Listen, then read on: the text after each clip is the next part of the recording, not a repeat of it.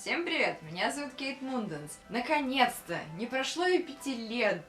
А нет, прошло 5 лет с момента выхода последнего альбома Endless Forms Most Beautiful, и вот 10 апреля выходит новый, 9-й по счету альбом Nightwish под названием Human Nature. 5 лет! Мы ждали этого 5 лет! Поэтому я предлагаю поднять стаканчик реквизита. Это яблочный сок, YouTube, если что. Это реквизит. Очень душистый реквизит. За выход нового альбома. Ура, товарищи!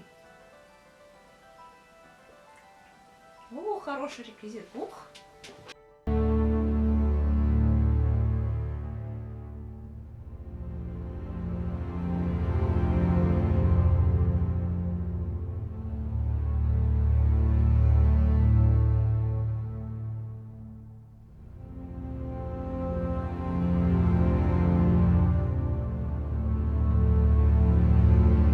Девятый по счету альбом Nightwish под названием Human Nature. Состоит он из двух частей, из двух дисков. Первый диск, соответственно, Human, логично, а второй диск уже полностью инструментальный, посвящен Nature. Так много всего хочется сказать, и одновременно уже нечего говорить на самом деле. Начну, наверное, издалека, с момента...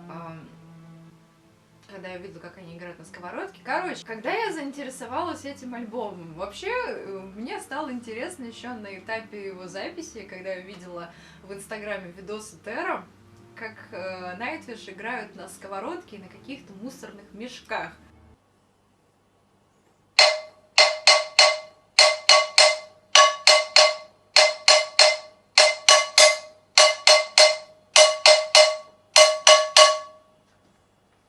Nightwish – известная музыкальная группа, уже более 20 лет музыкальной индустрии. Профессионально играют на мусорных мешках, на сковородках и на нервах фанатов.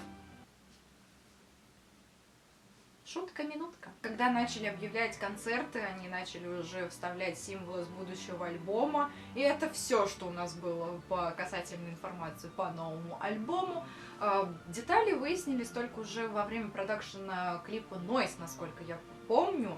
Выяснилось, что альбом называется Human Nature, что действительно это продолжение предыдущего альбома Endless Forms Most Beautiful, о чем говорит сама группа, то, что альбом начинается, то есть The Greatest Show on Earth заканчивается на Endless Forms Most Beautiful, и Human Nature начинается с трека Music, который, в свою очередь, начинается со стука палки, о чем говорит сама группа раз, во-вторых, тематика Human Nature, в-третьих, обложка. Как бы, зачем нам ангелы, зачем нам маятники, если у нас есть камень? Но если говорить серьезно, то камень тут как раз более чем в тему. И символы на камне — это язык цивилизации шумер. Их называют одной из первейших цивилизаций в истории человечества. Символы, которые конкретно изображены на обложке, обозначают Бога, божество, и человека, соответственно, человечество. И тут выходит, что у Nightwish божество — это, получается, природа. Это касательно обложки было. Теперь мы перейдем к альбому. Human.nature.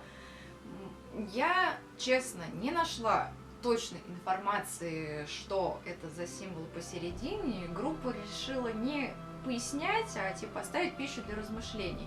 Мне нравится теория, то, что это своего рода ссылка к музыкальному символу. В музыке есть символ реприза, который означает повтор части. В данном случае получается повтор цикла Human, я так понимаю, повтор цикла Nature. Ну или банально, это двойная тактовая черта, две тонкие линии, которые применяются для разграничения произведения или его части на отделы, как раз на репризу тоже, и на более мелкие подотделы. И мне кажется, это достаточно красивая и интересная теория. Но я не знаю, я, может, не дошла до других размышлений. Если у вас есть какие-то свои мысли, пожалуйста, пишите. Первая часть Human, она как бы логично посвящена всему человечеству. По сути, на этих 9 треках это задействована вся группа, потому что часть Nature, она полностью инструментальная. Поэтому с точки зрения музыкальной составляющей в плане как группы Nightwish нам интересна часть Human. Так что могу сказать про часть Human? Ну, во-первых, она лучше, чем Endless Forms Most Beautiful. Это не значит, что Endless Forms Most Beautiful плохой альбом, но у них есть альбомы получше.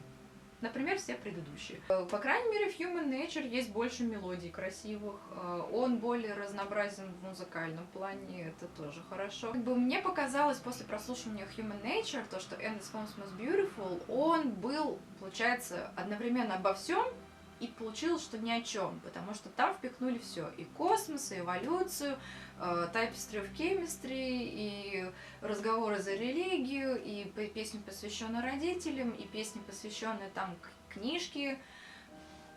Ну, вы поняли, к чему я клоню. Human Nature получился более целостным и концептуальным в этом плане, что есть хорошо. Если говорить про абсолютно новые треки, которые вот пришли вместе с выходом нового альбома. Буду говорить про песни, которые так или иначе мне запомнились больше всего. Первый трек «Music». У него впечатляющее интро, очень красивая мелодия. При прослушивании трека возникает ощущение встречи после долгой разлуки с группой. Тематический трек посвящен сопровождению музыки на заре человечества.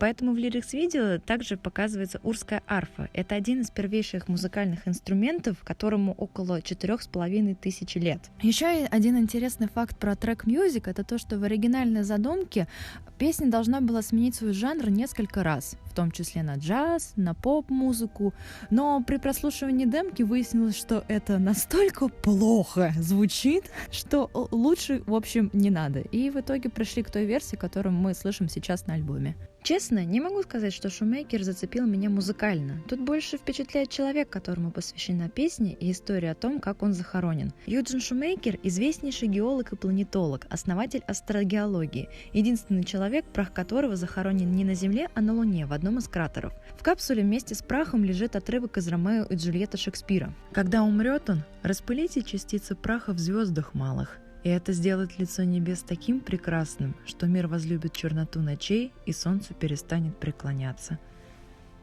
В этих стихах была выражена воля покойного ученого. Поэтому в песне говорится про то, что ты — лицо ночи, потому что где-то там покоится наш современник, и это делает холодный чужой космос более ближе и очеловеченным. В Shoemaker я услышала отсылки к Imaginarium, причем очень активные, в том числе и в вокале Флор. Но Флор там пытается в академ, и когда она пела в концовке академом, я не могла, во-первых, поверить, что это она. Во-вторых, какого черта они не делали этого раньше. Это звучит достаточно прикольно. К тому моменту, когда я подошла к прослушиванию трека How's the Heart, я поняла одно. Я очень устала от дудок. Я очень устала от обилия фолкоты в Nightwish. Я очень устала от голоса Троя. Я, в принципе, от Троя в Nightwish очень устала, потому что его стало слишком много. Когда он был гостевым участником, это был идеальный баланс в звуковом плане Nightwish. Вот эта ирландщина, это идеально сочеталось. Она была к месту, ее было не так много, по крайней мере. И это очень хорошо звучало. Как только Трой пришел на полную ставку, все.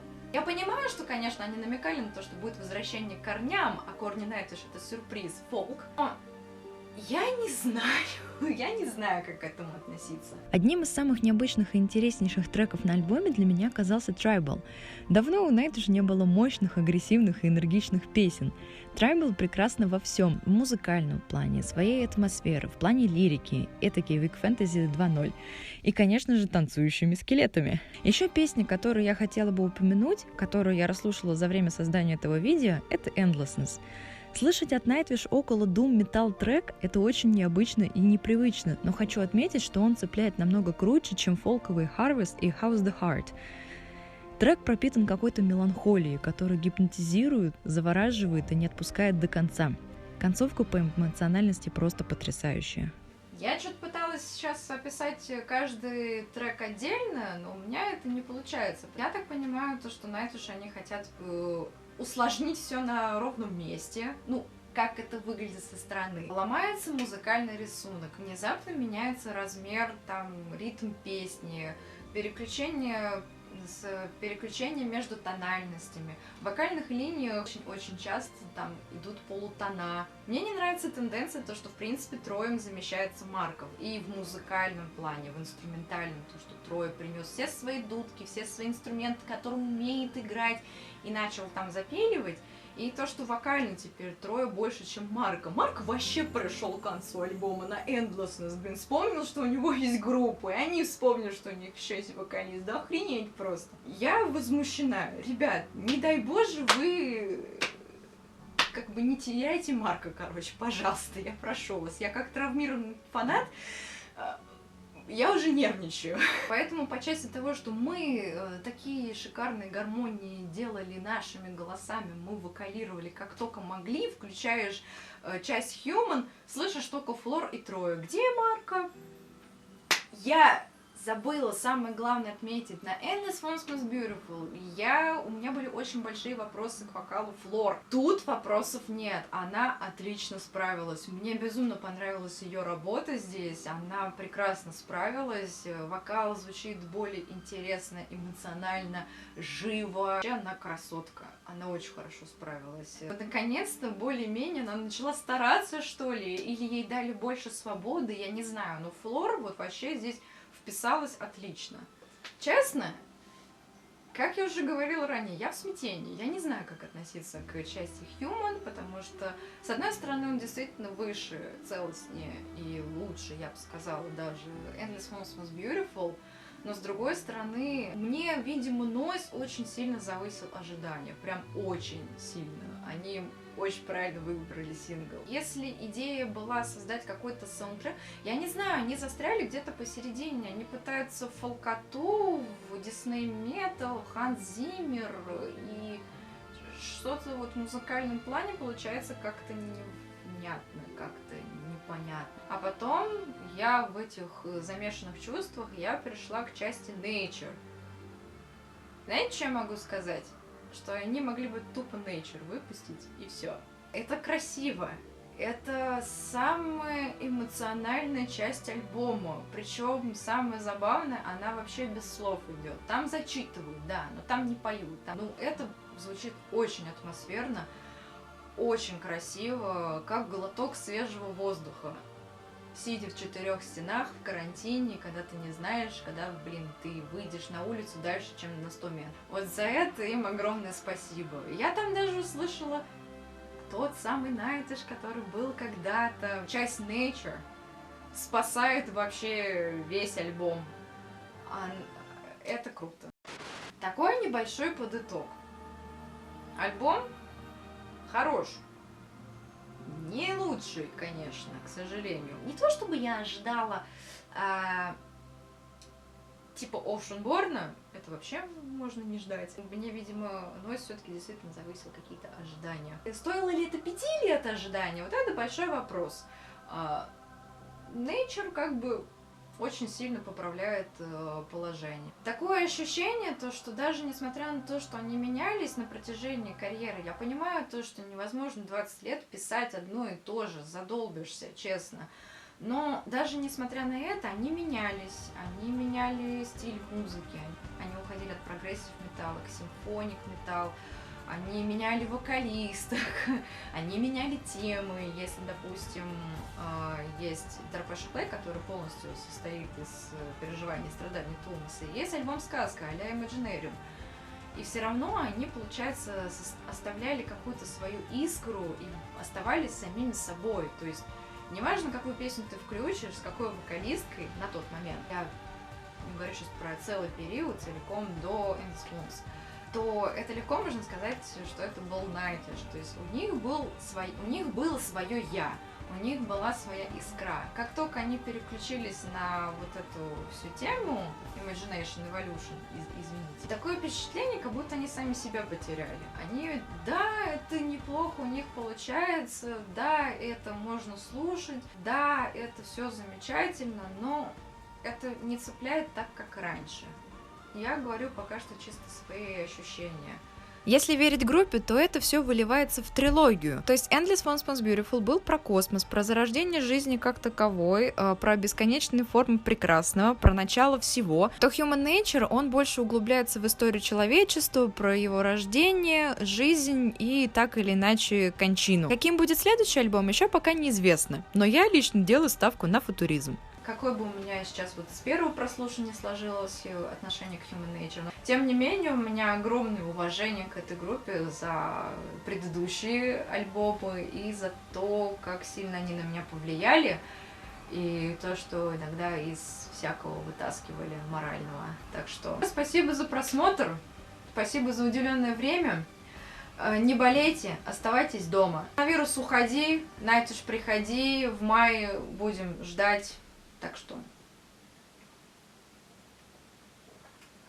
пока!